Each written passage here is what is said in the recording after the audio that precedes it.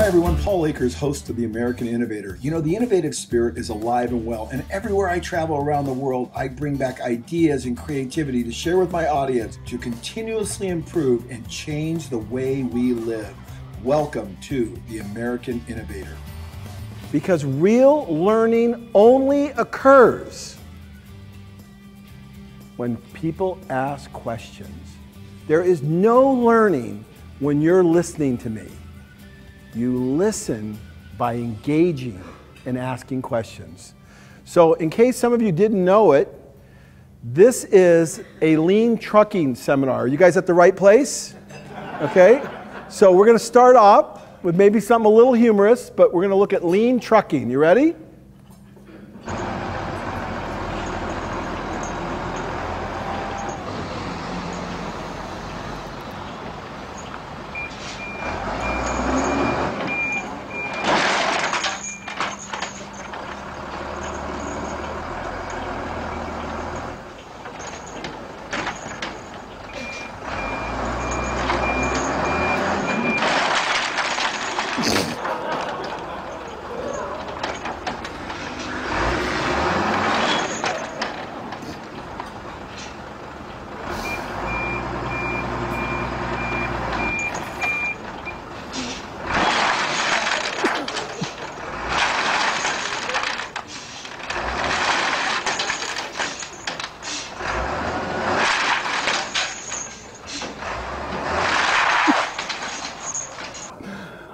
Resourceful, eh? Very resourceful. Very lean. I mean, he got it done, didn't he? He didn't damage anything. And he gave us a laugh at the same time. You know, lean is fun. Most people make it into this big sterile thing that all graphs and charts. It is not. I'm here to tell you it is not. And hopefully by the time I finish speaking, you will think differently about lean than you've ever thought of before. That is my goal. But specifically, I have one goal. And that is, are you ready? Because only one goal by the end of the night. For you to see waste like you have never seen it before. That's all I want to do. Because I know 1,000% that if I walk out of here, because I've spoken to people all over the world, from the Israeli Defense Forces to Pratt & Whitney, you name it, that if I can get you to see waste like you've never seen it before, it's a game changer. And you will understand, maybe for the first time, what lean is all about. If I just get this one concept across. It will be like being struck with electricity. Anybody know what that is? Anybody know what that is? It's a Tesla coil. I was actually inside that cage when that happened. It was a very cool experience. But I'm hoping that this talk will be that profound if I achieve the goal, which is, what's the goal? To see waste. This is a good group. Okay? So there's a ground rule. Okay? We have one ground rule. You ready? So we have one goal and we have one ground rule. And the ground rule is lean is simple. Everybody thinks it's complicated. It's not. I'm going to show you in my company how we have created a dynamic lean culture that is setting the world on fire in our industry. And I'm going to show you how other companies are doing the same thing. Not by me just talking, but I'm going to show you a bunch of cool videos. So what is lean? Lean is simply this: learning to see waste. That's it. The moment you begin to see waste, then everything else, all the graphs, all the charts, all the flow charts, the pull system, the Kanbans, everything else will take care of itself. But until you can see waste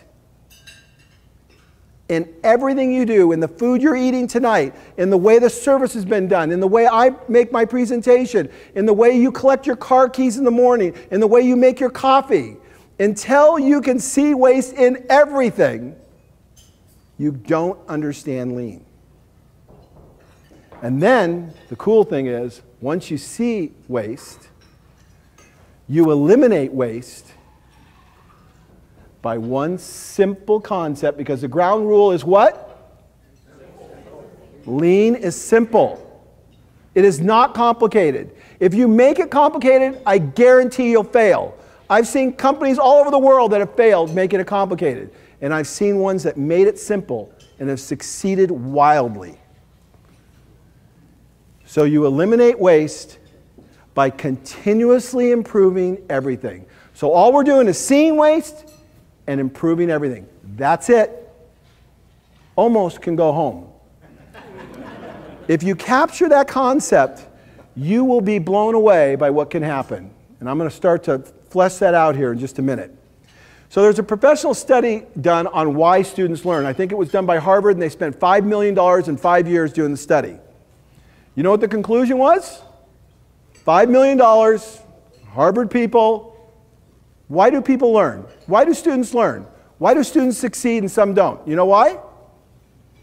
Because lean is simple. They show up to class. Okay? It's not that hard. You show up to class. And then, here we go, for all you people right here, you sit in the front row. They found out that if you just show up to class and you sit in the front row, you have an exponentially greater chance of succeeding in school. It's pretty amazing, isn't it? Well, that's the way I view lean. It is that simple. It is not complicated, yet everybody wants to make it complicated. So lean is simple. I'm going to reiterate that again. Okay? We want to see waste, and lean is simple. So at my company, FastCap, which I'm going to talk about in just a minute, this is some of our group right here. We have 56 employees. They're all holding up 8 fingers. You know what that means? Those are the 8 wastes. Every one of my employees know the 8 wastes. Every day we study the 8 wastes. Every day one of my employees has to hold up a finger and say, the first waste is overproduction. The second waste is transportation. I don't care if they're 16 years old or 60 years old. Everyone knows it. The next waste is inventory.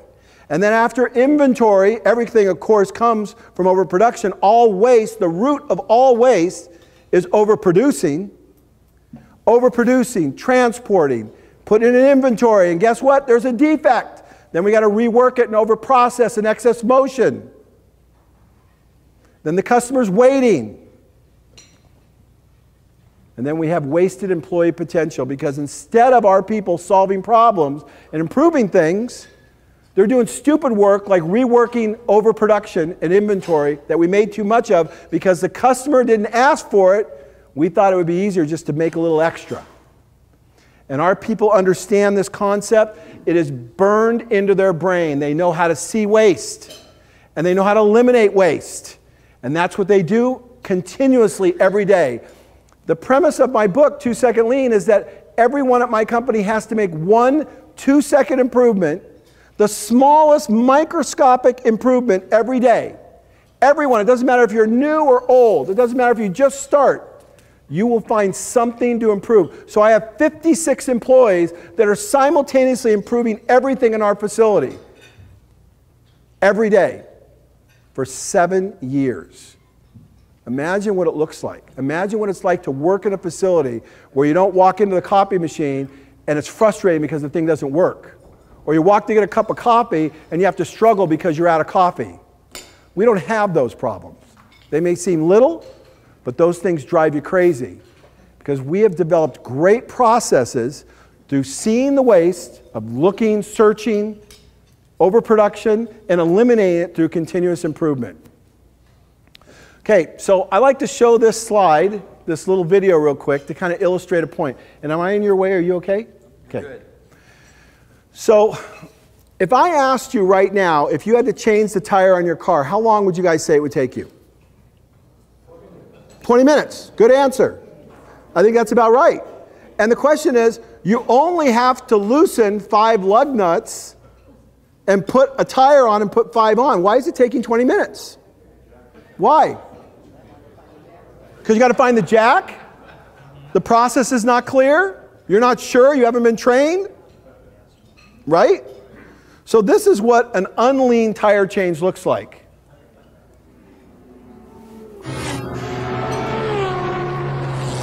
Watch this guy right here. He's the customer. Is he happy? Is that guy happy? That's what we do to our customers all day long. We torture them.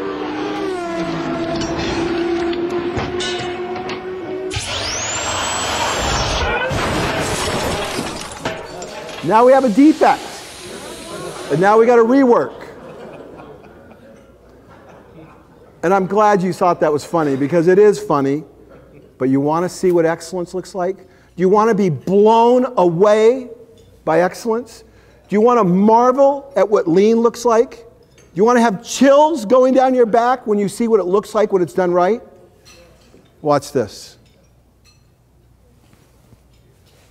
In the pit lane, out of everybody. This is Fernando Alonso's stop. It was actually the fastest single stop. And look at the guys. They look so relaxed, but there he goes. All four wheels changed and out in 3 seconds. One more time. I want you to notice how relaxed the guys are. Are they stressed out? Look at them. Relaxed, but there he goes. All four wheels changed and out. Who doesn't want to be a part of that team? Everybody wants to be a part of that team. That's what lean looks like. It's operational excellence. It's making things flow. It's having not struggling with processes, because you are continuously refining and perfecting them, and you're working as a team. That is such a critical component. Okay? So now, you got a little bit of background where I'm going with this. Number one, the ground rule is lean is simple. And number one, the one goal I have is what? To see waste. Okay? To see waste. And specifically like you've never seen it before. So the question is, who am I? I want to just give you a little background. So number one, I'm not a consultant. And I'm not a speaker. I'm not on a speaking circuit. It's not what I do. Although I speak all over the world to all kinds of companies. I am, though, a manufacturer. I make something. You see, I may be up here making a presentation to you right now, but what I really do and what I really love to do is make things. But the most important thing is I'm a lean fanatic 24/7. And the reason why is because it works. It's improved the quality of my life. And more importantly than improving the quality of my life, it's improved the quality of the life of the 56 people that work for me dramatically. And it's improving the quality of people's lives around the world who are learning that lean is not a big complicated thing, and that anybody could do it if they just get a few things aligned. So where are we going? Number one, I'm going to tell you my lean journey. I'm going to tell you the story of how I learned lean. Number two, I want you to see waste. I'm going to show you some cool stuff that hopefully will blow you away, electrify you like Tesla's coil electrified. And we're going to talk about the huge benefits of lean, because they are huge. And lastly, questions. You can ask me anytime you want. So here we go. My lean journey.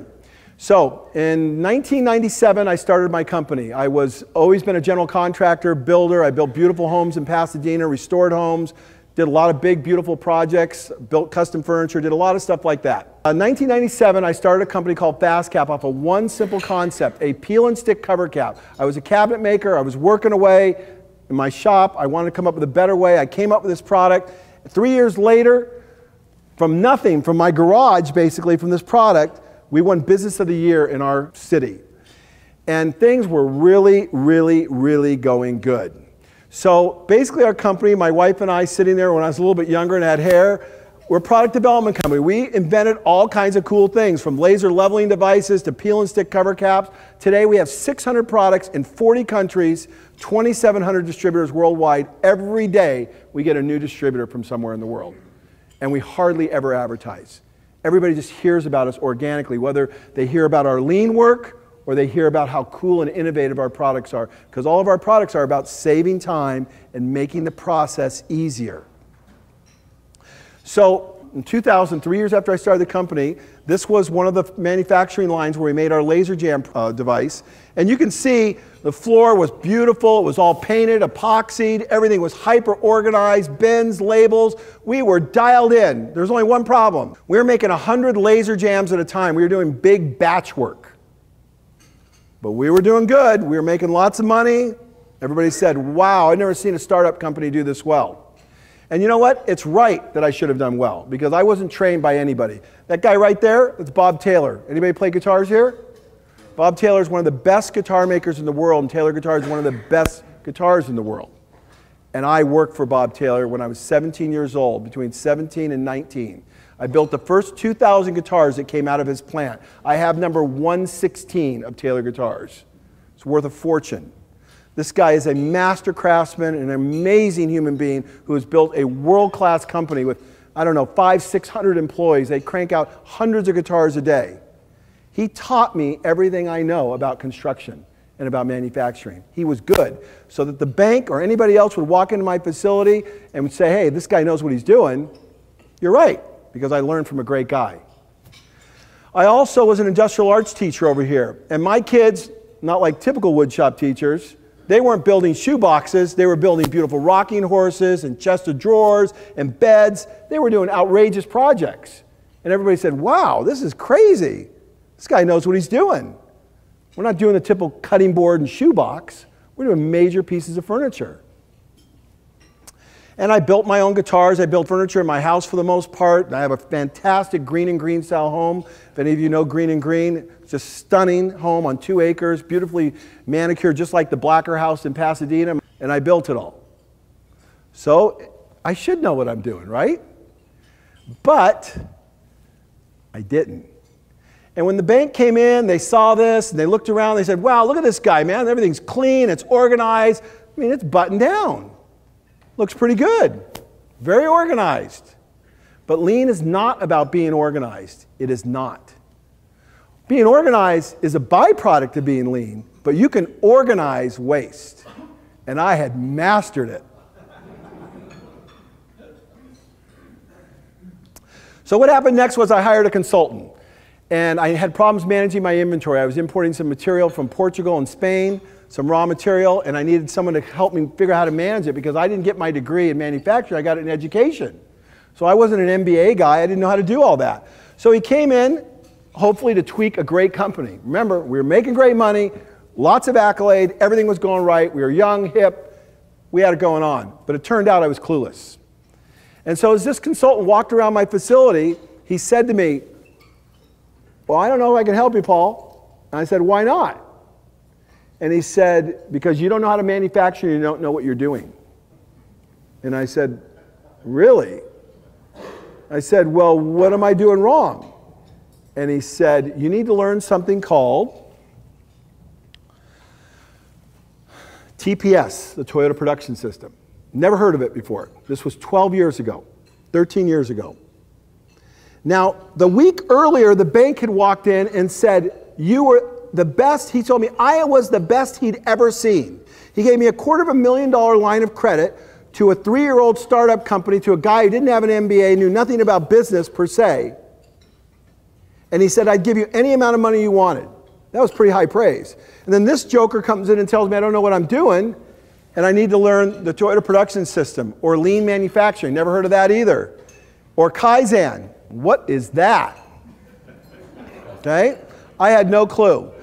And he said, and I said, how do you learn it? Now I could have said, get out of here, I make a lot more money than you. And I mean, I make a lot more money than you.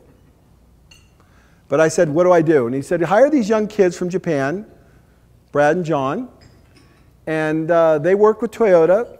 They were translators for some of the high-end people at Toyota, and they know lean manufacturing, and they'll come in and help you out. So I said, okay. So I call them up and say, hey, can you come help me out? I said, yeah, we probably can. So they walked in our facility, walked around, sat down in my back office, and I said, okay, how much is it going to cost? $10,000 a week. Well, for a young startup, that was a lot of money. And I was not really wanting to spend that much money, but I convinced my wife, because I knew there was something I was missing. And we went ahead and did it. We brought these guys in, and they went and transformed our facility into U-shaped cells, one-piece flow, making one laser jam at a time. So starting here and making one at a time to the finished product. Where before we were making the big batch work. We were making 100 at a time. So when we did it the batch work way, not this way, but the batch work, it took 45 minutes to build one of our tools. And then Brad and John came in, and in 1 week, they took it down to 7 minutes. And guess what? We didn't have any more inventory. And a customer called up and said they wanted 10. We knew exactly how long it would take, 70 minutes to make 10 of them. And if we didn't have enough time, we just put a few more people over there. We put a person there, and we were very flexible. All of a sudden, we became very flexible in what we could do. And I'm going, oh, I am clueless. I have no idea what I'm doing. And so they came in, and they changed all of our packaging cells. Remember that picture of the girl standing there with all the stuff finished and all packaged? That's not there anymore. And they said, no, when you need to do it, we put the machine right here. When we need to package something, we go right into the cell and we package exactly what we need exactly when the customer needs it. We don't have any stuff on the shelves because we would have to package it and then walk it over to the shelves, put it on the shelves, organize it all nice because I'm a neat guy, right? Then we'd have to manage it and count it, dust it off, throw out half of it because it got damaged. Instead, we started making it just what we needed, just in time. I go, wow, I am really clueless. Next thing you know, Brad says, you know, Paul, if you really want to get this lean thing, because you are a candidate for it, because you are getting it, you need to go to Japan. So I got on a plane maybe 3 months after I had learned my first little bit about lean. And I was on the way with a bunch of other business guys, about 20, 30 other guys who were leaders of companies. And we went to Lexus and Toyota and amazing companies. And I saw that I was really clueless. Here's how clueless I was. As good as I was, I might as well have been a hobo rummaging around a train station in 1930. I was that clueless. I had no idea what excellence was until I went to Japan and saw what Toyota was doing. These guys are measuring 1/6 of a second. We're stumbling over days. And they're measuring 1/6 of a second. That's how sloppy we are. And when I saw how well everything ran, I said, I want that. Not, oh, I can't get that. I want that. And that's when everything clicked for me. I said, I'm never going to go back to the old way. I get it, and the rest is history. So now for 12 years, 13 years, I've been doing lean. But for the first 5 years, it was kind of tough because I couldn't get my people to buy in. I was having maybe the same problems you were having. But about 7 years ago, I finally figured it out. And when I figured it out, baby, it was over with. What I wasn't doing was I wasn't building a culture. I wasn't focusing on teaching and training my people. I just wanted them to make improvements. But I wasn't taking the time to nurture them as a coach to teach them how to make improvements. So instead of staying up in my nice office with the glass overlooking the whole factory floor, because that's what I had, I came down onto the shop floor into a stand-up desk. And I started getting my hands dirty with the people. And I started teaching and training them. And everything went crazy. Now, I'm going to show you 3 or 4 videos right now of what lean looks like in our factory. So you don't have to wonder what I'm talking about. And so these videos actually just happened last week. I have hundreds, if not thousands of videos of improvements like this. Our whole website's filled with them for you to look at and teach your people how to do it, because we started documenting all of our changes to inspire and teach and train everyone in our company. So you ready? It's a young kid. So Alexi, show me your improvement. Alrighty. So instead of having a person stand here and spray each shot with silicone, we use the coolant system that we use on our CNC machines, and we used an air ejection system, so we put those two things together, and so it lubricates every time the cycle ends, the mold opens. It sprays soapy water on the stationary side, preventing the part from sticking. So you're just testing that. You just have a cup of soapy water right there that's dry, just siphoning out. Yep. And you can see that every time you cycle it, there it goes. It just sprays the mold and shuts and cycles.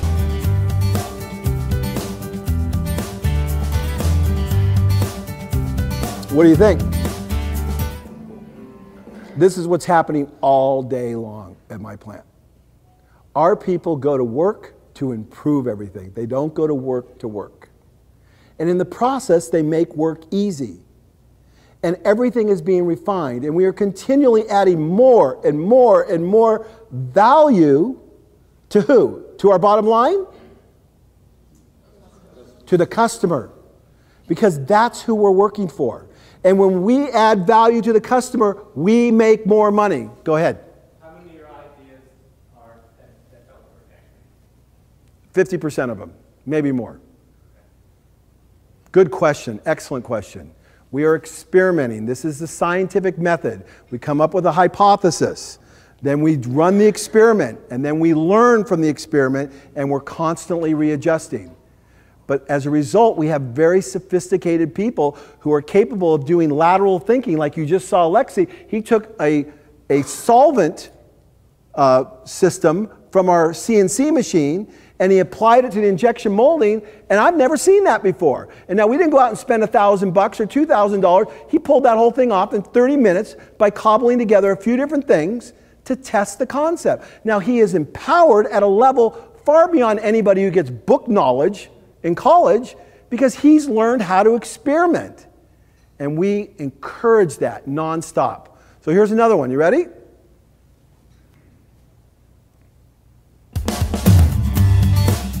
We are on our way to another lean improvement in the office. Okay, Graham, what's cooking? All right, we've got a great improvement here. So when we use our printer, we got this big problem in that the tray is always down here at the bottom. So when we got to load our paper into the printer, we put it in, just like that, snug up the guide, just like that, and we put it in. And now the printer is winding that whole tray up. It's got to lift it all the way up from the bottom to get into position to print. So it's still going, still going. So you're doing what waste right now? I'm standing here waiting for the printer to bring the paper all the way up to where it needs. Because you can't push print right there until that's up. Right, so it just now hit the top. So let's open that up. And then if you see, gravity's causing this thing to drop back down. Okay, so let's by the see. time, So this is all going down right now. yeah, it's all dropping down right now slowly, but by the time the next person comes to print, it'll be at the bottom again. It'll have to go through that whole 15, 20, 30-second process to go through that whole thing. So we came up with a really simple improvement that saves that time every single time somebody comes up to print. So let's look at this again. So now the new lean way. All right, so I'm going to open up this tray. As you can see, the paper holder is all the way down at the bottom. So the first thing we did is we put this loop of FastCap in here, which is a hook and loop material, as a handle, so I can immediately pull this up, put my paper in there, snug this up, and now it's at the top. There's no more waiting. So now I can immediately go and print, save 20 seconds each time we do this, and we do this dozens of times every single day. See how our people are thinking? They see waste. They immediately see the waste of waiting, and they ask themselves, how can I fix it? And are they empowered by their boss to fix it? You bet. Do they have to come ask permission to do it? No. They just do it. They experiment. And so that is what's happening like a tsunami at our company for 7 years. Go ahead. How do you standardize and document it? It seems like everything's happening that fast. Yeah. Well, that's a great question. I like it. That's a very good question. We have two methodologies for doing that, and it's not orthodox at all. We make videos of everything we do, all right? So it's communicated not in a sterile way on paper that you have to go through a book and try to figure out, look at, anybody wants to see that, the whole world's watching that video for one, and our people see it as well. So we've created a standard for the way the process is done. On that particular machine for running that printer, there is a, I'll go back and I'll pause it. There is a computer screen. I don't know, oh no, I'm gonna go fast. You can't see it. Anyways, there's a computer screen that actually has the entire process documented on how to run the printer. That printer is a $150,000 printer, and it can be run by anybody in 5 minutes. From start to finish, you will be a master of that machine in 5 minutes. Because we've made the process, we've created standardized work, and we've created videos that support that. That's one way. The second way is we have a morning meeting every morning for 7 years. We have met together between 15 minutes to an hour. Generally, they last about a 45-minute meeting. And in that meeting, we communicate all that important information over and over again. That is our kata. That is our routine. That is what we do. And that's how we maintain standard and teach standardized work. Did I answer your question? You sure? Okay. So now, one of the big questions I always get, and I'm tired of getting it, so I finally did a video to support it, is, oh, you're a manufacturer, Paul. That doesn't work for me. I'm an engineering firm. We have office work. We're attorneys. We don't do all that stuff. Bull. Okay? So now I'm going to show you some office improvements and what it looks like when you're not making something. So John's going to show us an office improvement. So let's come on into John's screen. Okay, well, we get a lot of orders on our e-store. We get hundreds of them a day, and one of the things we need to peruse before we go print them out and importing into our accounting system is any kind of anomalies. So you can see here, we scroll all the way down the bottom here, and there's some customer comments. Sometimes they actually request special packaging or an exception to the order that they place, so we can modify that, or a discount code or a gift certificate. Things like that. So, and it's very rare, you know, 5% of them have that, but we have to look at every order to make sure before we import it. And you're going through hundreds of orders. Exactly. And, you know, you think about it's 20, 30 seconds, hundreds of orders. I mean, it could take an hour of somebody's day, if not more, to go through it. One of the 2-second improvements that Sandy came up with was, it'd be nice if all that information was on the top of their form. So we just called our web guy. They can put anywhere they want. So here was the first revision. So all the regular information, Gary's our guy, so, and then you put it right below this, so you don't have to scroll down, but it was at the bottom of the form. Still, that was good, but good is the enemy of the best. But so, it did eliminate a lot of scrolling. It did. So just the key information that we cared about, we said, you know what, can you just put it just here at the very top, so it's the very first thing you look at. Is it next day air? Does it have any special notes? And boom, right there we could say, okay, that's one we got to watch out for when we import it and make a modification. And then some of that information is down here, but you know, we don't have to worry about that. So this is the improvement. It's basically saving us about an hour, if not more, a day, and plus stopping the struggle. And essentially just stopping from scrolling. Yeah, just the scrolling back and forth, the checking, hunting, searching. Do we do that every day? All that's been eliminated. It's awesome. Okay, so years ago when we were always like 2 or 3 days behind before we were, right now we're very efficient, 2 hours fax to truck. We used to have to shuffle through the orders and look at the PO dates to see which one was the oldest one. And one of the inspirations we got from going to Vibeco, which they make industrial vibrators for concrete trucks, is they actually had color-coded pick tickets, so every day had a different color. So we adopted it. It saves tons of time, and it's very clear. So you can see Monday is pink, Tuesday is purple, yellow is Wednesday, Thursday is green, and Friday is light blue. So from across the warehouse, we can instantly see in a moment's notice. Like so today is Wednesday, and there's a Wednesday order right there. Right here. Right there, and another one there. So if we see something like Friday out here, and it's Wednesday blue, we're going to go, what happened? Houston, we got a problem. Right, so we can see right here, Tuesday, there's a Tuesday order right here. And the reason why that is, this is custom material, so we're waiting for this, or this is shipping out of the country. So there's anomalies. It doesn't necessarily mean we're not going to have those, but it focuses to go, okay, what's wrong with this? It quickly identifies if there's a bottleneck somewhere, there's a problem order floating around that somebody might miss. It was just such a great improvement. It was one that we struggled with for years. It just goes to show that when you go tour other companies, they can teach you a lot. That's why lean people collaborate. And so let me show you, we'll go to the front office and I'll show you how we actually print out the color paper. Okay, so one of the things is we were putting color paper in the manual feed tray, which again, total pain. And so what we did was we used these Dell printers. They're very inexpensive and they're very low cost to use and they work great. What we did, we just spent 99 bucks and we got a second 500 sheet tray that you can see you add to the printer. So we put our white paper here because predominantly invoices and stuff, letters were white. And then in the smaller tray, we put the color paper of the day. So it's already been loaded because today's Wednesday, so this is Thursday. They loaded it before they went home. Right. So very clean process. If you look over here, This is where we keep the paper. So here's Friday, Thursday, Wednesday. So everyone in the morning, part of their morning process is to change their color paper of the day. You could see Michelle's on top of it. She did it before she left, which is awesome. And then we use color paper in another way too. This is one of our very first improvements actually, is that we'd come in over the weekend and this thing was beeping and it was overflowing because it was out of paper and we missed faxes because there was nothing for it to print on. And we used to say, check this to make sure that it's full before we leave for the weekend, and people would obviously forget. Bad process. So what we did was, if you look down here in the stack, we actually added a color sheet here. So when it gets low, the fax, it prints out a colored paper, and then that's the cue to, oh. Good process. Time to reload. We put another color sheet in there. That's too simple. On top. Simple. And that's what lean is. So we're filming all this after hours, so it's quiet so you can hear, because it is crazy in here during the daytime. So go ahead, John. We can't get anything done otherwise.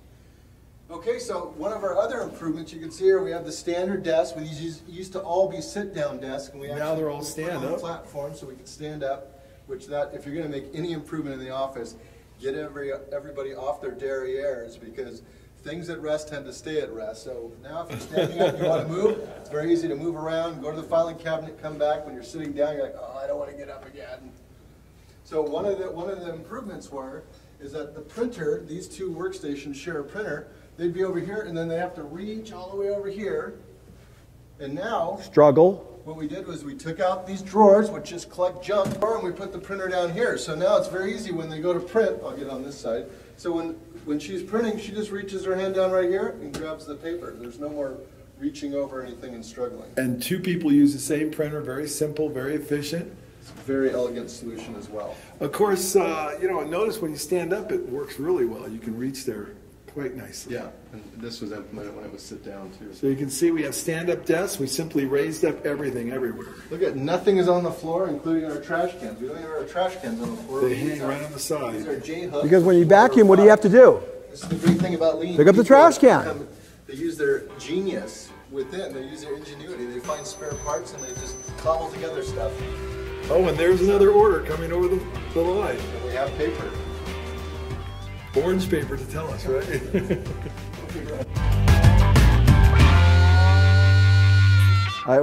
For me, it's outrageous. It's outrageous that our people came up with all those solutions and they're implementing it. And I basically had nothing to do with everything you saw there.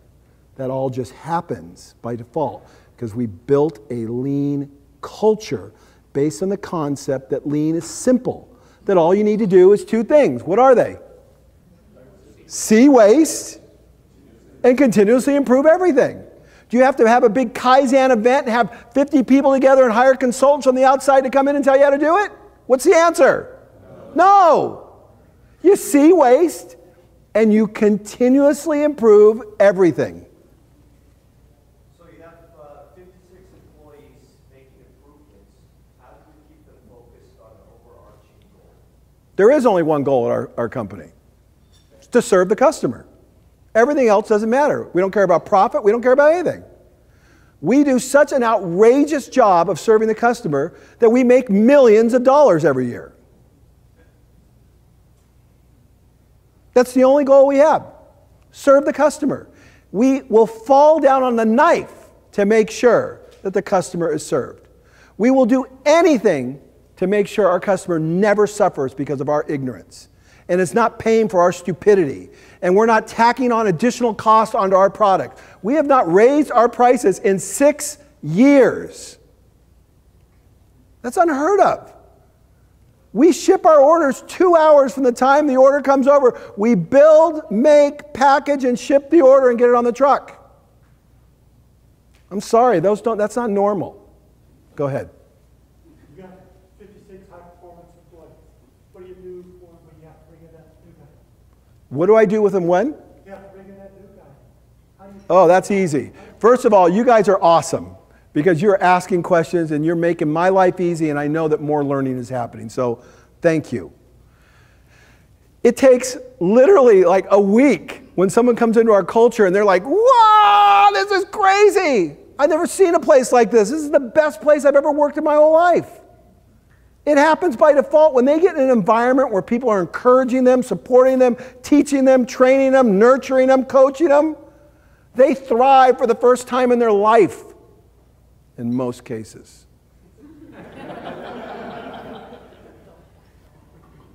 Did I answer your question? Because you're the customer.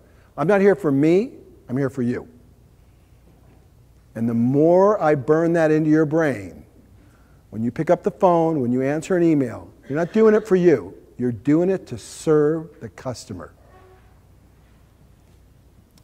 So, the 8 deadly wastes. We have fun at FastCap. We just have rock and roll fun. So, most people would make a sterile example of the 8 wastes, but not us. So, this is fast food style. First, you overproduce. Because remember, you got to know the 8 wastes. Overproduction, baby. The minute you make too much, then you got to transport it, then you got to put it in inventory, and guess what? You got a defect. The customer doesn't want pickles. Haha, you're pulling pickles off. Excess motion over processing, right? Customer's waiting.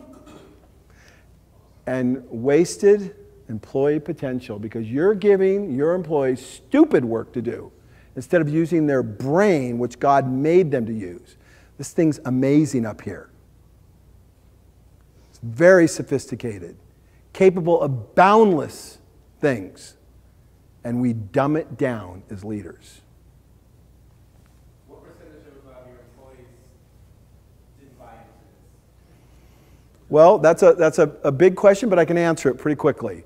So 7 years ago, when we started the new way of doing lean by building a culture, by teaching and training. This is what I learned from Toyota when I went there. I asked the vice president of Lexus after a 2-hour lecture. I came up to him and I said, Mr. Manabe, what is the most important thing for Toyota?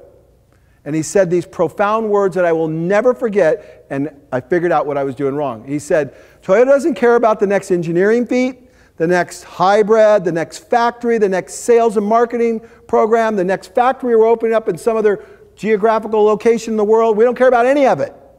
We care about one thing and one thing only. Teaching and training our people and building a culture of continuous improvement. And I go, oh gosh, that's what I've been missing. I want my people to do lean, but I haven't taught them how. I haven't coached them. I haven't been there to nurture them. And that's all Toyota's doing. And that's why Toyota's so successful. They're not the best car maker in the world. They're the best manufacturer in the world. That's a whole different claim to fame. We know the 8 wastes. We teach and train our people every day. We are relentless about it. Did I answer your question, though? What was your question now? My question was how many of your employees actually buy into it? Oh, I'm sorry, I didn't answer that question. I realized I blew that. So in the first year that we came back and did that, maybe 50%, maybe, and 50% left. So basically we swept house. It was a nightmare. It was a very difficult time in the company. But for the first 5 months, we started teaching and training our people, having a morning meeting, working with our people, training them on our products, training them on lean, training them on the 8 wastes. We started doing all these things, making videos, showing them, walking around every morning, making sure they were improving, that their area was going forward. And we started to see the progress after the first 5 months. We go, this is it. We got it. We found the Holy Grail. But there were still some people that didn't buy in. And in the course of 1 year, all those people were gone. And we only have people that buy in. We have 100% buy-in. So if you walk into anybody in our company, whether they're there for 2 weeks or they're there for 2 years or 20 years, if you will, they totally get lean. They're totally sold out. It's making a difference in their life. And the way we measure that, because the question was earlier about measuring, we have the most unorthodox way of measuring lean, whether or not we're doing it right. And you know what it is? If they're doing lean at home, and they all are. Why? Because lean improves the quality of your life. It delivers more value to your life. It lets value flow to your customer. You be a better wife, better husband, better spouse, whatever it is. because you're not wasting time. Most people, when they come up to me, after they've engaged me for maybe an hour or two and we start talking, they'll say, the most common comment I get is, do you ever sleep? Okay? And the answer is, yes. I sleep 6 hours a night. I sleep well. But they think I couldn't sleep because I get so much done. I do so many things. I travel all over the world. I speak. I run a company, develop 20 new products a year. I mean, it's like crazy. Writing books, you name it. Flying my plane all over the world. You name it, I'm doing it. But I can do that, and I can get so much more done. I can make 5 videos a day, and run my company, and develop products, and speak, and travel. Because I'm efficient at the way I do things. Because I've refined processes, not once, not twice, but continuously for the rest of my life. I refined the way I wheeled my suitcase through the airport today. I found a better position to put my backpack so it was less stress on my wrist. I'm just always thinking of better ways to do things. And that pays endless dividends in everything I do in life. Okay? So, this is an exciting video. This is a new video. It's about 1 week old. Oh, another question. Go ahead. Just a quick question on recruiting. When you recruit somebody, yeah. Is there a certain personality or profile Yeah. you look for? Best group I've ever spoke to, ever. Ever. You're asking great questions. Perfect questions. Yes, it's very simple because everything's simple, right? I don't do complicated things. I was a D&C student, you know? I don't do complicated things. We hire for character and teach for skill. It's that simple. We're looking for humble people who want to learn. If you don't want to learn and you know it all, you might as well check out on life. I'm learning stuff every day. And we have a whole culture of people that love to learn and are intensely curious. Did I answer your question?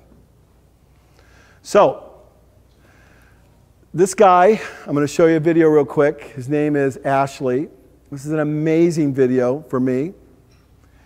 And Ashley was a computer guy, an IT guy. His dad kind of checked out on his business, and he turned the business over to Ashley.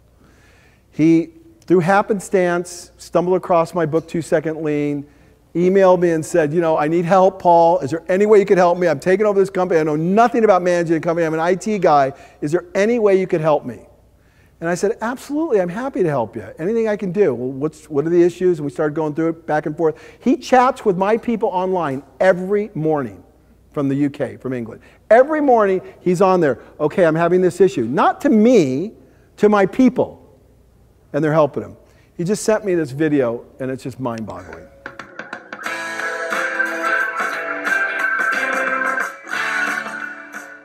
Hi, Paul. Ashley Bailey from Climb Easy in the UK. Just want to share a quick message with you about our lean journey so far. This week has been unbelievable. I think, as you'd say, it was off the charts. Everybody has come together this week. Everything has clicked, and we've got over that first hurdle of people saying, well, I'm not sure, will this work? I'll see what they do, and being sort of on the fringes of what we're doing, as well as the people who've had the uptake that have really been enthusiastic about it. Everybody has come together this week. So it's just been fantastic. And I think the defining point of this has been when we changed from just sort of a gathering in the factory for the morning meeting, that we've now got a defined area, which I'll show you now. As you can see, we've repainted the area, defined exactly where the sandbox is, and we've got some signage to go up next week. And there's the TV in the middle there, we can put the videos on, where we show the FastCap videos on there. To the left of it, we've got the lean principles, as well as the 8 wastes. We're going to start building on that now. And on the right hand side, we've got the company goals that we're starting to create, which is the 2-second improvements and the Poke-Yoke. And again, we'll build that up. But having this area defined has made such a difference to everybody's concept on it. So we made a commitment to teaching and training, is what he's saying. Is that this week, people have started to create their own videos. And now we've got the TV up, and we're playing those, and it's making it so much easier in the meetings. That when somebody's explaining something, that we've got the video of it there for an improvement that they've made, and especially if it's something in the factory that they're trying to explain to somebody in the office, and vice versa, it's just easier to see it, and it engages everybody at the same time. And the other great thing that happened this week, on Friday, as we closed the factory down for the weekend, Matt, the work supervisor, turned to me and said he couldn't believe the amount that they'd achieved in just 1 week. Everybody's gone on and done it themselves. He said, this wouldn't have happened 6 months ago. You know, he said, this culture that's being created now, he said, people care. People want to improve things. People are interested in improving things, and they're conscious of the 8 wastes and looking for it now. And you know, people are interacting more, and the working environment has become better for it. I just want to finish with a huge thank you to you, Paul, and everyone at FastCap, from myself and everyone at Climb Easy. Thank you, and I'm going to leave you with some of the improvements that we've made over the past few weeks. Good morning meeting area. These are all their 8-step processes. Knowing how to clean the kitchen. Company goals, the 8 wastes, and his daughter. Hi, Katie. Hiya. As always, we get the last word from Katie. Katie, what is lean? Learning to see waste and eliminating it through continuous improvement.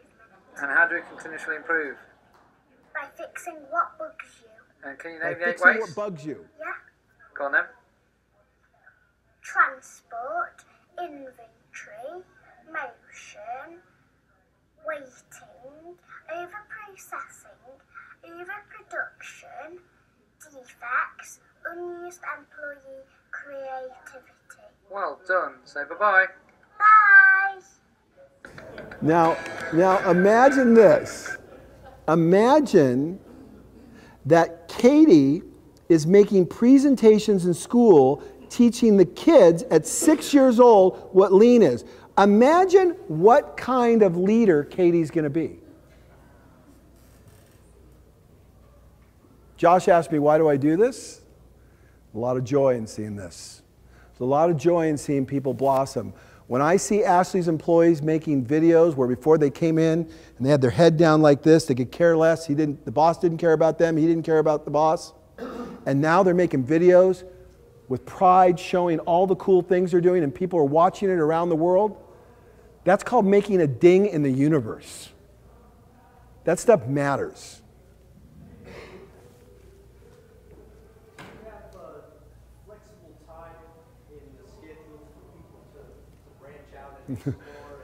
You guys are amazing. Yeah, great question again. Great question. The answer is the way we do it is work starts at 7. Between 7 and 7:30, you do 3 things. You do 4 things at our company. You sweep, which means to polish everything. We clean everything. Our facility is immaculate. We sort. We get rid of everything in our facility that should not be on the desk. Only the things necessary to do the work. Everything else is out of there. We create standards and processes, 8-step processes, videotapes, whatever it takes. And then we have to make 1 improvement, and then we work. So between 7 and 7:30 is the flex time, if you will, that we make improvements. But the truth of the matter is, anybody can stop anytime for any reason and improve anything. But we specifically have dedicated and paid for time to make sure that happens. Go ahead. What keeps you motivated for 13 years? Because I have the most bitchin' life in the whole world. I mean, I don't know. I mean, I have, and the second question people ask me is, I want your life. You know, I never see anybody get to do the things you get to do. You know, the other day I was walking underneath the USS Ronald Reagan in dry dock in a nuclear power plant, you know, where they were refurbishing it at Bremerton, because I'm teaching the Navy lean. I'm doing the most crazy things you've ever seen in your whole life. Go ahead. Do you ever run across a client that forces you to create waste? And how do you deal with that? Forcefully. The question was, do I ever run across a client that forces me to create waste? And how do you deal with that? And I said, forcefully.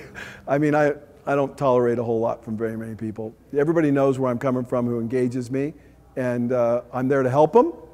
I'm always there to treat all my vendors. I'm happy to help them, train them, fly to their facilities, show them how to improve. But when they throw price increases at me, you know what I tell them?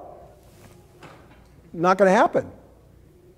Well, I'm not going to pay for your waste. What about a client that made an order and then you produced it and then they changed their mind and they want some changes? I'm going to be honest with you. We suck it up. We've eaten orders for $80,000. $80,000 orders that customers have misordered and screwed up. Because you know whose fault it is? Whose fault is it? It's my fault. That $80,000 mistake was my fault. The customer misordered what he wanted, right?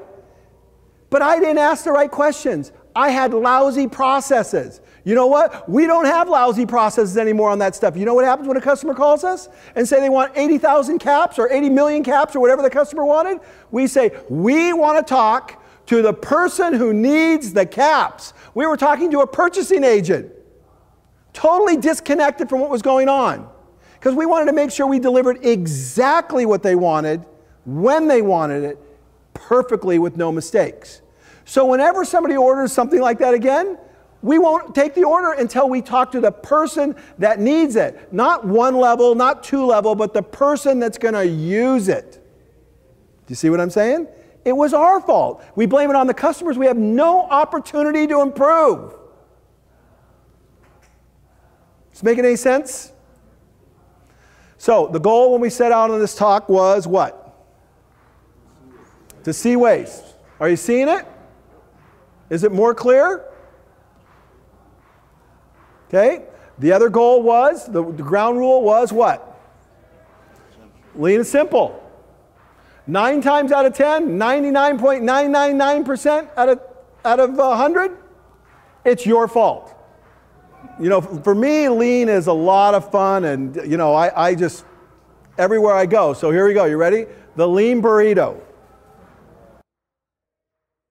In an attempt to always find waste, this is my burrito that I'm eating. Now they asked me when I bought it if I wanted sour cream and hot sauce. And I said yes. So instead of putting it in the burrito, they gave it to me in a separate container. I have an idea. Next time, put the sour cream and the hot sauce in the burrito. Okay, I just finished my burrito, and this is all the waste. We have the aluminum foil that's going to be thrown out, the paper that's going to be thrown out, the container from the salsa and the sour cream. We have 2 napkins, one I didn't use, and a whole little box here with a plastic fork and a plastic knife, all going to be put in the landfill for 1 burrito. All I really needed was the aluminum foil to wrap it in, and that was it. Sour cream, everything could have been inside, and 1 napkin. I would have made less of a mess, and I would have been perfect. Look at all the waste. Check out this waste. We did a spreadsheet. 4 cents for the carton, the knife and fork 6 cents. Everything added up to 31 cents of waste per burrito. 30 burritos a day, $9.30 times 7 days a week, 52 weeks.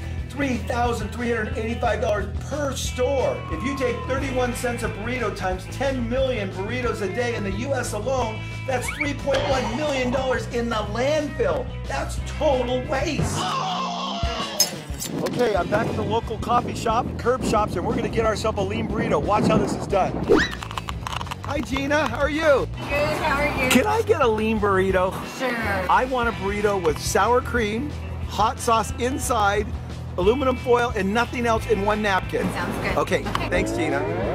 Here it comes, the lean burrito. What do we got? Aluminum foil, 1 napkin. Wow, that's amazing. Look at all the waste we eliminated. With the sour cream and everything inside. Isn't this yummy? Look at this thing. All ready to go, just the way I wanted it, just what the customer wanted, and no more and no less.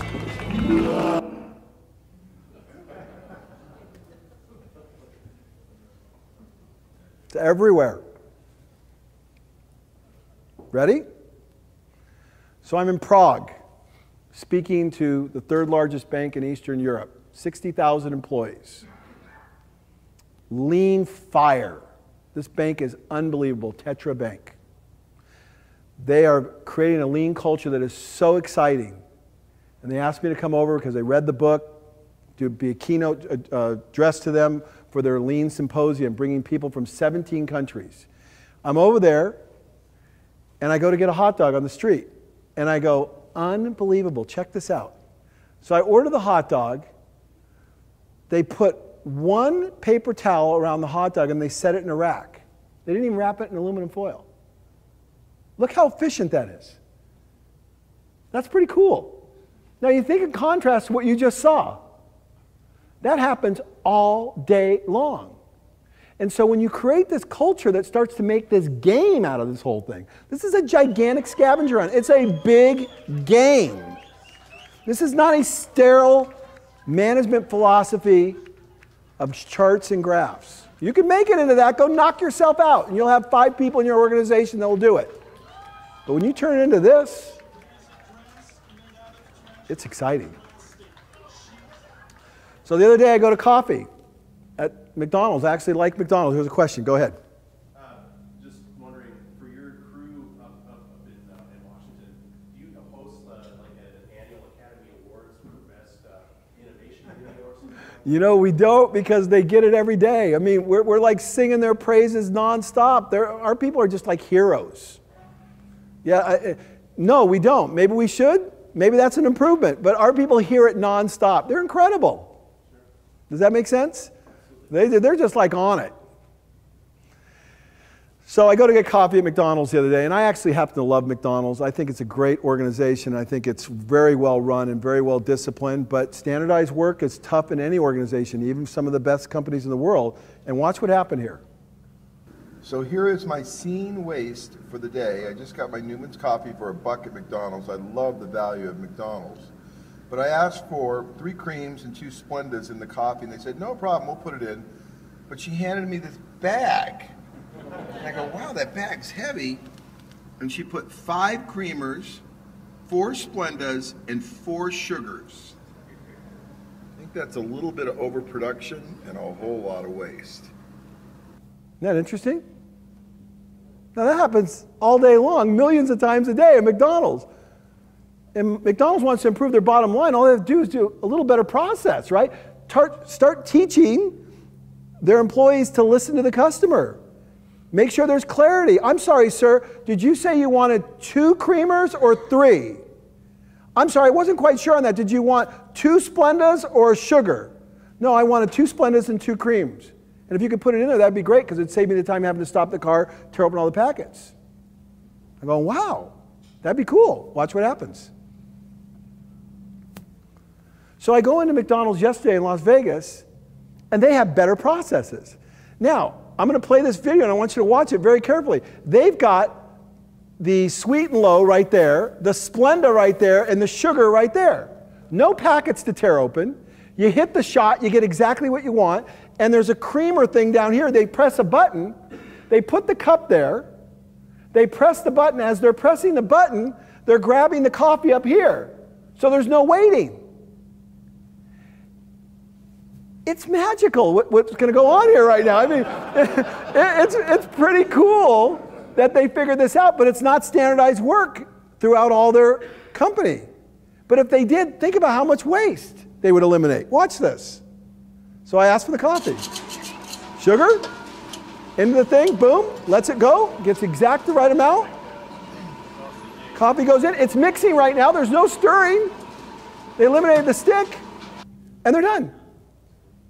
Look at the difference. Think of all the waste it took to get all that stuff, put it all in the bag, hand it to me, then me take it to the landfill, then it get thrown out and tossed over and turned over, and they eliminated it all. Good process. How good are your processes? Do you have good processes at work? Does your company run smooth? It's pretty simple. So the other day, we have hospitals that have adopted lean and are doing 2-second lean, and the guy is they're just doing so good over there. And he sent me this slide just to show it to you, because remember, lean is not about being organized. Being organized is a byproduct of being lean. Because there are lots of people in this audience right now that are OCD, and you're all organized. You're already thinking to yourself, you're lean. I got news for you. You ain't lean. Okay? Nobody's more OCD than me. And I was the furthest thing in the world from lean. You saw my factory. It has nothing to do with being organized. It's a byproduct. Making money is a byproduct of being lean. Being organized is a byproduct. This is before, this is after. Now, if you're a nurse and you got to put some cream on, or you got to do something, what drawer are you going to want to go to? Pretty academic, isn't it? It's a no-brainer. They took some time. Did it happen in just a few minutes? No. Maybe it took them a half hour, but they get the benefit of that over and over again forever. The other day I came back from skiing, and my wife got the mail. And this is 1 week's worth of mail. Now this is all the garbage that is not what we wanted. This is the only thing that was relevant. Now this is in our household.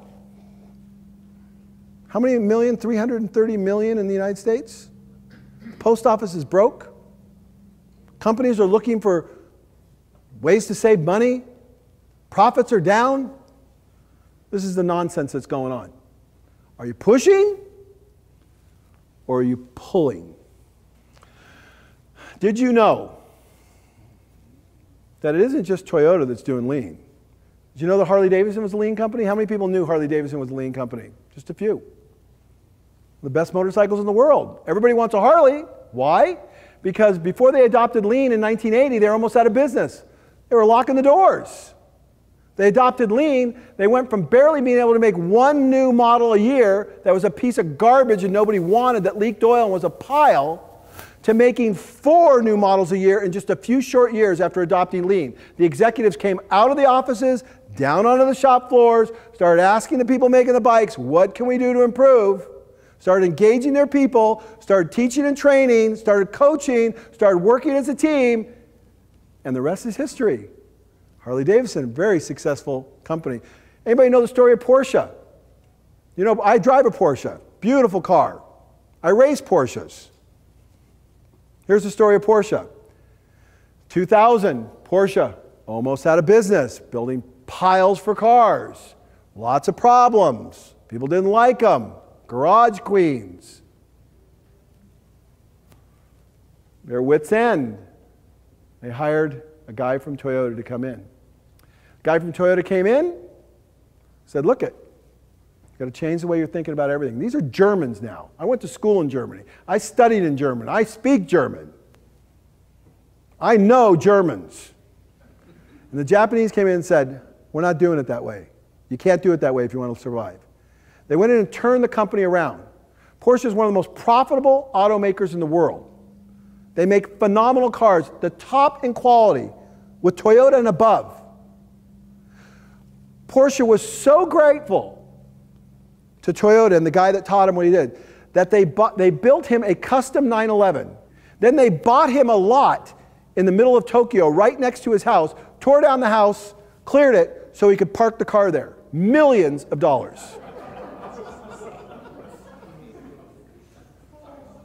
True story. Did you know the Israeli Defense Force is a lean organization? No wonder they kick everyone's. Right?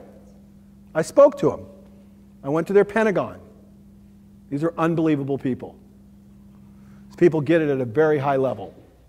And they're not afraid to improvise, innovate, change, reflect, hansei, and find ways to do everything better continuously.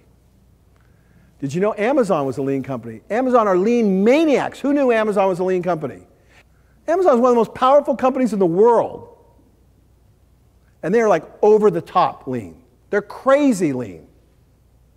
But you didn't know that. But the next time you click on those buttons and everything goes so perfect as it does with Amazon 9 times out of 10 or 95, 98% out of 10, because I use Amazon all the time, it's an amazing company. Not perfect. I'm not saying any of these companies are perfect, but I'm saying they're operating at a higher level than most companies in the world. They're world class.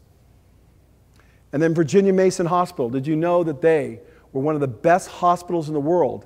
And I'm going to tell you a powerful story about Virginia Mason in just a minute. So, industry standards. You know, you say, oh, well, the industry standard is this in your industry. Guess what?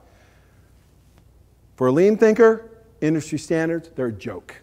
We don't even know what industry standards are. We don't even pay attention to them. They're totally irrelevant because we're striving for something so far above what the industry standard is. So recently on my radio show, and we are at 9 minutes in. Josh, how are we doing? Keep going. I think we're loving it. Recently, I interviewed this man right here, Art Byrne. Oh, I forgot. I have a radio show too. How do I find time to do it all? Art Byrne is one of the foremost lean thinkers, maybe in the world, but definitely in the United States. He is respected and revered as one of the greatest lean thinkers out there. I interviewed him on my show, and Art took a company called Wire Mold. Anybody know Wire Mold? You guys probably use the products, right? Total disaster company. Came from GE. He learned about lean when he was at GE and a couple other companies. He went to Wire Mold and took a company that was completely dysfunctional, and in a few short years turned it around and made it world class. The profits went through the ceiling. They became a laboratory for how to do it right. Virginia Mason came to Art and said, we've heard these incredible stories. We want to see what's going on. Art took him in, Virginia Mason, for 1 week, took a tour, and Virginia Mason was like, I cannot believe what I'm seeing. This is not possible. And what Art showed him was, industry standards are a joke. Wire Mold took processes in 14 hours to 6 minutes. Did you get that? 14 hours to 6 minutes? I saw it with my own eyes, and I'm going to show it to you right now, and it's going to blow you away. I'm going to show you something. If it doesn't floor every one of you here, forget it. There's no hope. Okay? So Art invited me to go to Europe recently. He said, Paul, I want to show you something. So Art goes around and buys companies all over the world and then takes them lean and makes them highly profitable and highly successful. So he invited me to come over there, and I saw things I've never seen before. And I've been to Toyota many, many times. I've seen the best factories and plants in the world. I've toured the most sophisticated electronics companies you could ever imagine in Israel. And I have never seen what I'm going to show you right now.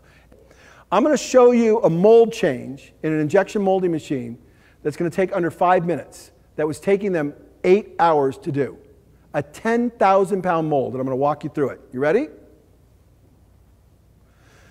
This is the end right here. This is the end where they have carts at the end of the machine. They put rails on the ground. This is the cart, and there's the molds. And when a customer orders an injection molded part, they say, okay, we're going to make one because they ordered one. They take the mold, they roll it out to here. This is one of my employees. I took 3 of my employees on a lean journey over to Europe. They're rolling the cart into place. The mold is shutting. It just made the last part. Now they have to get that mold in there. But before they put the mold in there, they're going to preheat it. They're going to make sure there's no waiting. So the mold is being heated right now, and there's the mold that's going to come out right there. It makes the last part. It closes. Now, Mark's going over here. This is one of their chief engineers right here. And with his hand, with his finger, not with a machine or a power tool or anything like that, is rolling this huge, massive cart they designed. And he's going to roll this right in front of the opening where the mold goes. And now he's showing with this wheel, he lowers down this ramp, which is going to be a receiver for the mold to come out. Now remember, this is an 8-hour process. This is a nightmare. The mold is stopped. It's clamped up right now. Now he's explaining all this, and it's happening in front of you while he's explaining it in 4 minutes and 50 seconds. The operator's in place. He pushes the button, the mold is shut now. Watch what he's going to do. Quick disconnect the hydraulic and water lines. They rise up above. No struggle. Zero struggle. He shuts the door. Clamps the machine, the clamps release off the side of the mold, off the platen on each side. Now, I do injection molding. I get this stuff. I know what's going on here. This is outrageous. Now he's going to go over and grab that cart that Mark was demonstrating for us, and he's going to roll it over here with no power, no motors, just with one hand. Notice he's wearing white. You know why he's wearing white? The company demands that their employees wear white because it reveals whether or not they're struggling. If they're dirty, the job and process is poor. The mold is coming out. The mold is 10,000 pounds. It is going to come out and stop on stops right there. Imagine if they did heart surgery like this. The mold is out. One hand, one guy, not a team. Makes that indie crew look worthless, doesn't it? They took an 80,000 square foot warehouse which I should have the picture in here, and they emptied the warehouse because they do one-piece flow. When the customer orders a part, they found a way to change the mold out so quickly, they're not making a bunch of inventory. They give the customer just what they want. They don't handle all the inventory. He rolls it. The mold goes right into place. It's all preheated. He just disconnected the preheat lines right there. He rolls the ramp up out of place, pulls it out of the way. Watch this. Reaches up above. Hydraulic lines. One lever. No struggle. Dressed in white. Clamps it on.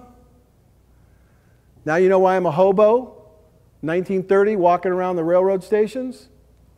I mean, lean's at a whole different level. When you get this stuff, you can forget about the old way of thinking.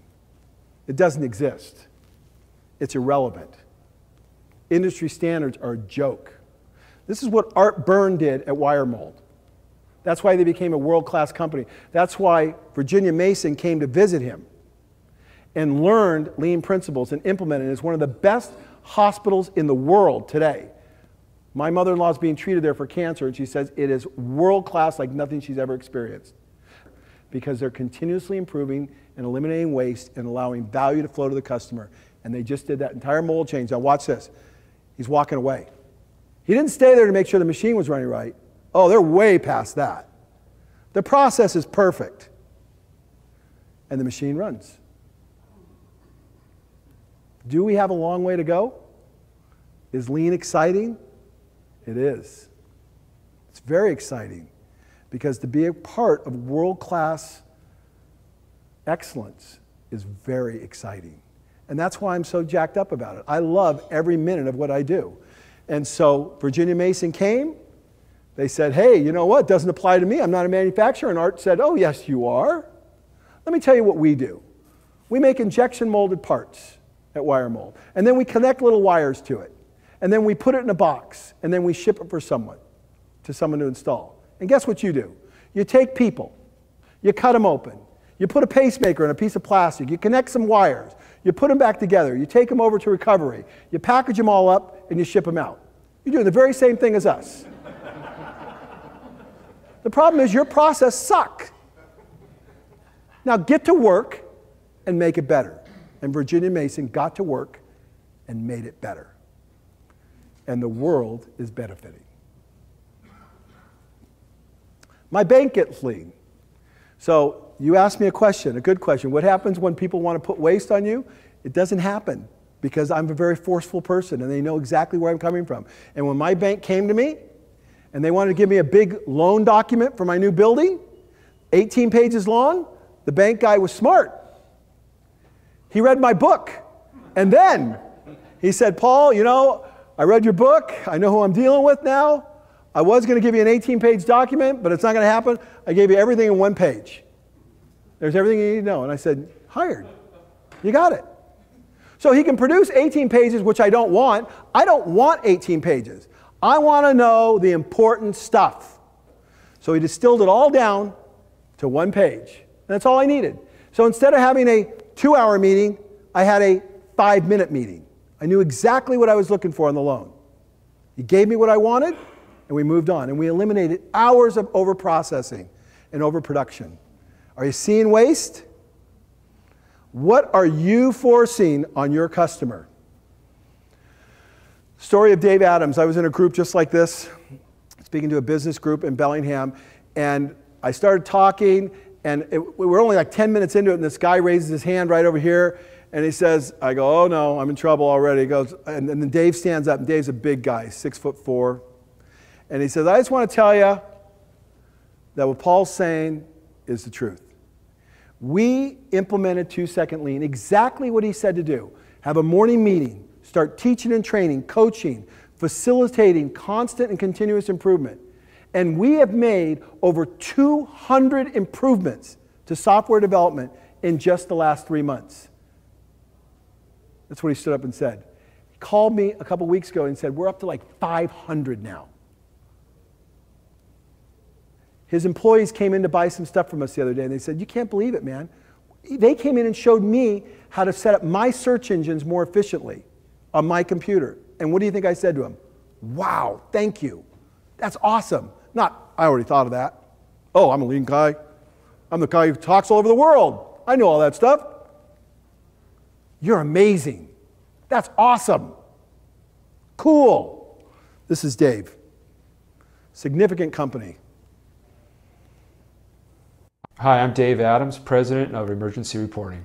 Emergency Reporting is a company that specializes in producing fire and EMS and risk assessment software, and we deliver it to firefighters all across the world. Right now we have over 30,000 unique users, literally serving everything from NASA, the Center for Disease Control, Army, Navy, Air Force, Marines, fire rescue units, ambulance agencies, nuclear facilities. We take care of all of your actual incident reporting, so the INFRS, which is the National Data Set Standard. Doesn't apply to me. He's software development. Doesn't apply to me. I'm an engineer. Doesn't apply to me. I'm a secretary. Doesn't apply to me. I'm a project manager. Not. It applies to everything, because everything in life is a process, and every process can be refined continuously. That's all Toyota's doing. So this is one of my favorite videos, and Cheryl's here. And this is going to be a lot of fun. And Walters and Wolf sitting at this table right here, they started doing lean, I don't know, 6 months ago, you guys? What was it about? I don't know, right around there. And they're just having more fun with it. And they're doing lean the right way. They're having fun with it. They're not sterile flow chart graphs. They're engaging their people to improve. And this is a really cool video. Hi, this is Cheryl Aaron with Walters and Wolf. Our weekly improvement video is regarding hauling the mail. Here is our improvement opportunity. We're currently looking at the annex building where 38 people work. On a daily basis, we need to walk to the big house to collect our mail, which is all the way over there. Hey, Greg. Hey, Nick. Where are you headed? Mail. All right. Have a nice walk.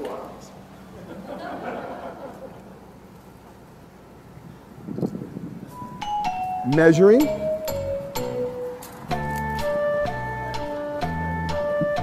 And there goes Greg on his hike. My favorite video. To get his mail.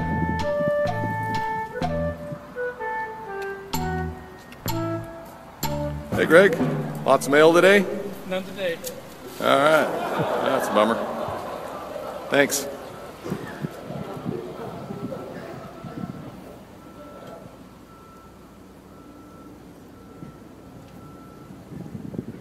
Cheryl with Walters and Wolf, and this is our consensus for hauling the mail from the big house back to the annex building.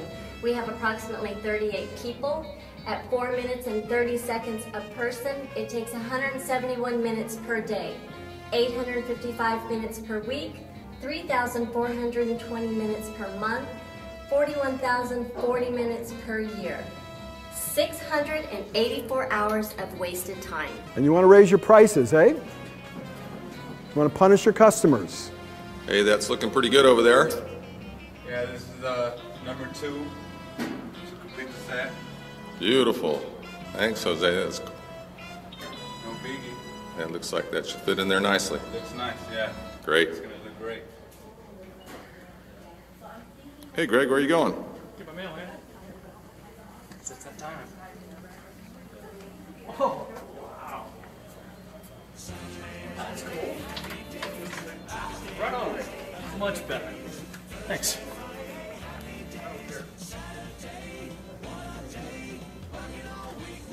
Lean is simple, it's fun, and it's doable. But if you make it complicated, you're not going to have very good results. They're not making it too complicated.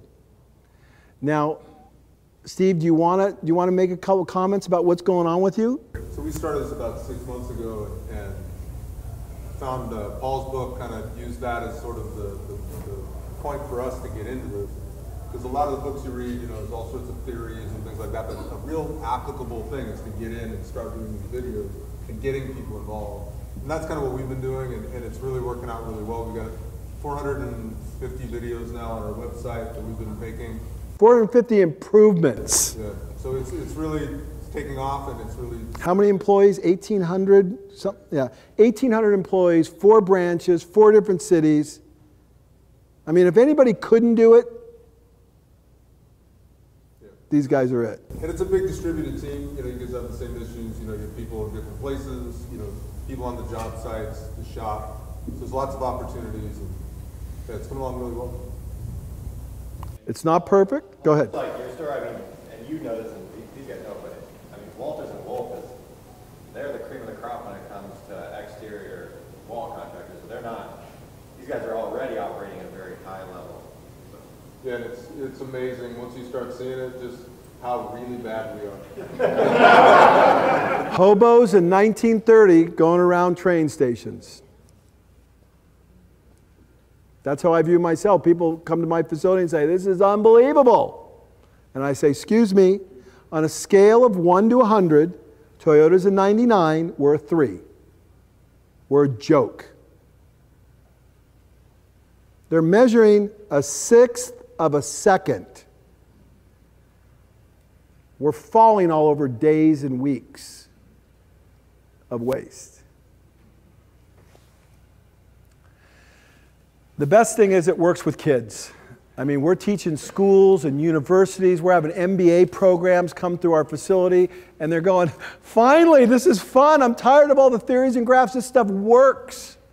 We had the president of one of the ASB president at Western Washington University. I spoke up there one time, and he literally, after I talked, he wrote me an email about 3 or 4 months later, and he said, you know, I don't know if you realize what happened in that meeting when you spoke. It has completely changed the way I look at everything. I have changed my entire direction in life with an understanding of waste and continuous improvement and what can happen. My major has changed. The way I think and see people, the value I see in people, the potential that I can bring out of people as a successful and effective leader. And I said, wow, that's what it's all about. These are kids in junior high school. Hi, this is Jamie from CCS Productions, and today we're going to show to you how one box can be so wasteful. So, this is how they sent it to us, and they had to use all this stuff, which is just waste. So, they shouldn't have used a plastic bag around the ball because it doesn't do anything. So that would be eliminating that plastic. And they didn't need all this bubble wrap for a ball. So, don't need any of that. And then they used this huge box for just a pretty small ball. So they should have gotten a box that was half the height and width of the box it's in now. So that it just fits like that. Thanks for watching. So the point of this is she sees waste. She didn't see waste before. Now she's empowered to find solutions. This particular school has made hundreds of videos.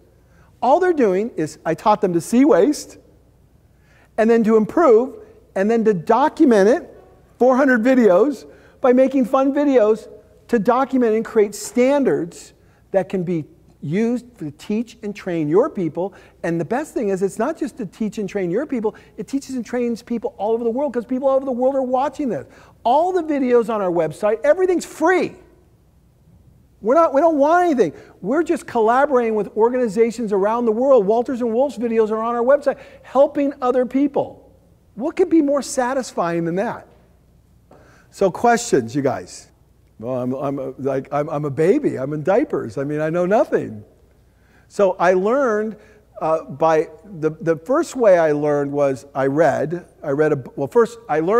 consultants to show me. They did the improvements. I go, oh my gosh, I'm clueless. That was step one. Then I read, and then as soon as I read, I go, I got to see more. I ran over to Toyota, ran over to Japan, toured all these plants, came back totally on fire at that point. Then I started implementing. The company kept getting better and better and better. So then I learned most on the shop floor. That was the key. The shop floor.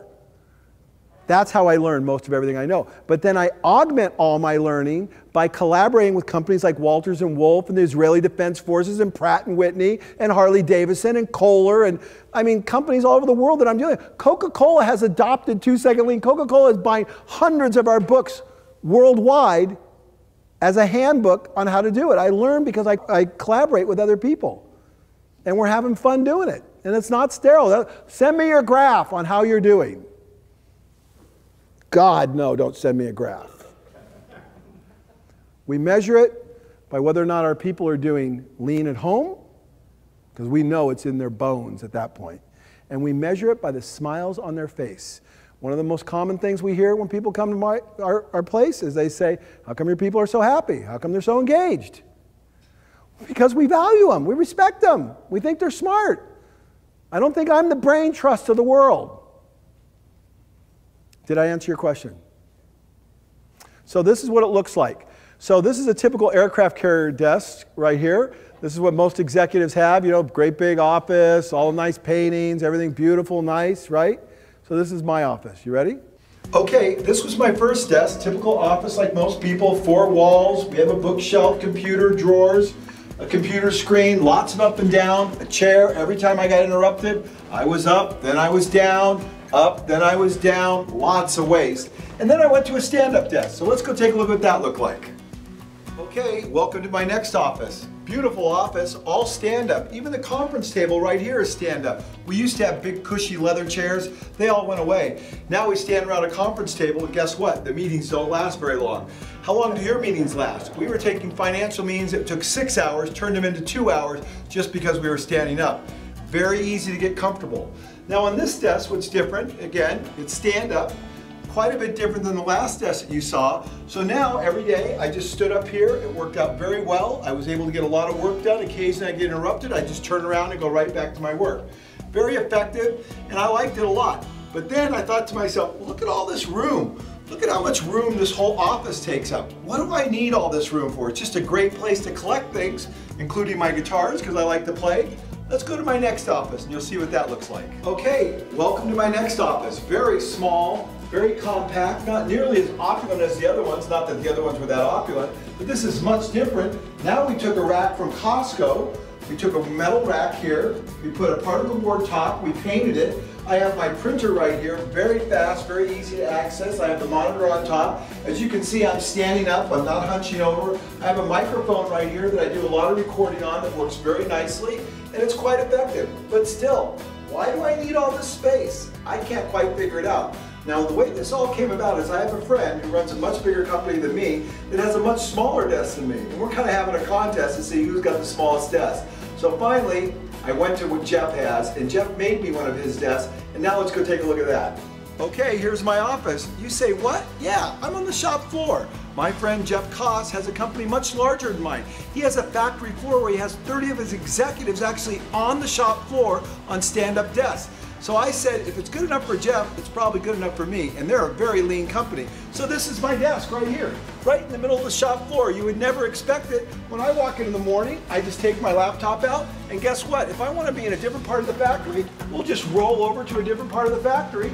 And I'll work with whoever I want, whenever I want. Watch that cart. And now I'm over in the packaging area. And if packaging is having a problem or I want to see how things are going, I can just roll it right over here. The cool thing about this desk is I've got a plug-in on the back side. I can plug it in when my laptop gets low. I've got a power strip right here that's very easy to plug all my accessories in if I need to. But of course, you would expect nothing less. I have a lean briefcase. When I come in the morning, I just need to plug that in. All my accessories are being charged right here. My laptop simply goes right back in here. How fast could that be? And I'm off to my next appointment. Let's go. That's lean. I can have any office I want. You name it, I can have it. But I don't. And I don't want it. Because I get a lot more done engaging my people, being on the shop floor and being accessible, because my job is a coach. My job is a teacher and a trainer. It is not to cast lofty visions for my company. All that stuff takes care of itself if I do an excellent job of teaching and training my people. See, I have hours and hours of hours and hours and hours of things I could show you and talk about that are just so profound of the things I've learned over the years. But I want to just leave you with one simple thing. The book is over there. The book is no charge. You can take it. But do not take it. Do not take it if you're not going to read it, because that would be waste. You guys are getting it. And that was the goal. So here you go. I have 3 websites. Let me see if I can get it up. It's not, look at, whose time am I wasting right now? I'm wasting your time. Come on. There's 1 website. There's 2. I want to get all 3 of them up here so I can explain it to you. Okay, this is our main company website, FastCap, name of the company. I have a radio show called The American Innovator. Every week I send out an email, most of the times on lean subjects, on things that I'm learning. And then 2 Second Lean is the website just for the book. The important point is, it doesn't matter which website you go to, there's a video tab. There's a standard video tab. There's a whole library of hundreds of videos from Walters and Wolf to us to Climb Easy to people all over the world who make videos. We post them there. And this is your teaching and training module. So Climb Easy uses our website to teach and train their people. And we're collaborating back and forth, and we're having a lot of fun doing it. We're seeing a lot of great things happen from them, as well as Walters and Wolf's and other companies. So I'm trying to make it simple for you. The teaching and training part, it's all there. What we encourage you to do is have a morning meeting, 5 minutes, and never give up. Always have that meeting. If it's only 5 minutes long, that's fine. Ours is 45 minutes long because we do lots of different things, but we've developed. Have a meeting and start making videos on your improvements and make lean fun and simple. Do not convolute it, and you'll have an amazing time. So thank you very much. I appreciate you coming out and staying so long.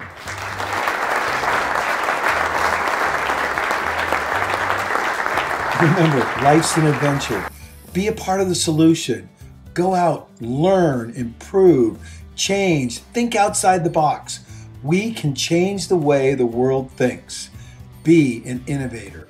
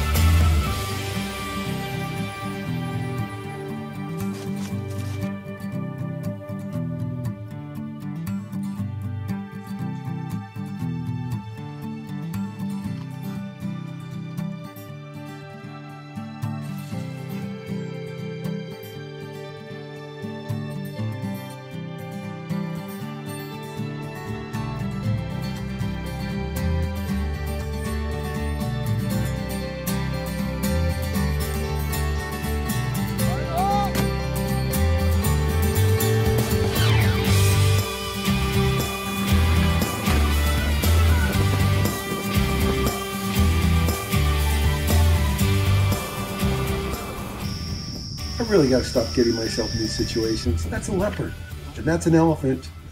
Yes, and this is a cheetah. Like, oh, I saw Here, that. kitty, kitty, kitty, kitty, kitty. Cute. He wants to play. Uh-oh. Uh-oh. Got it.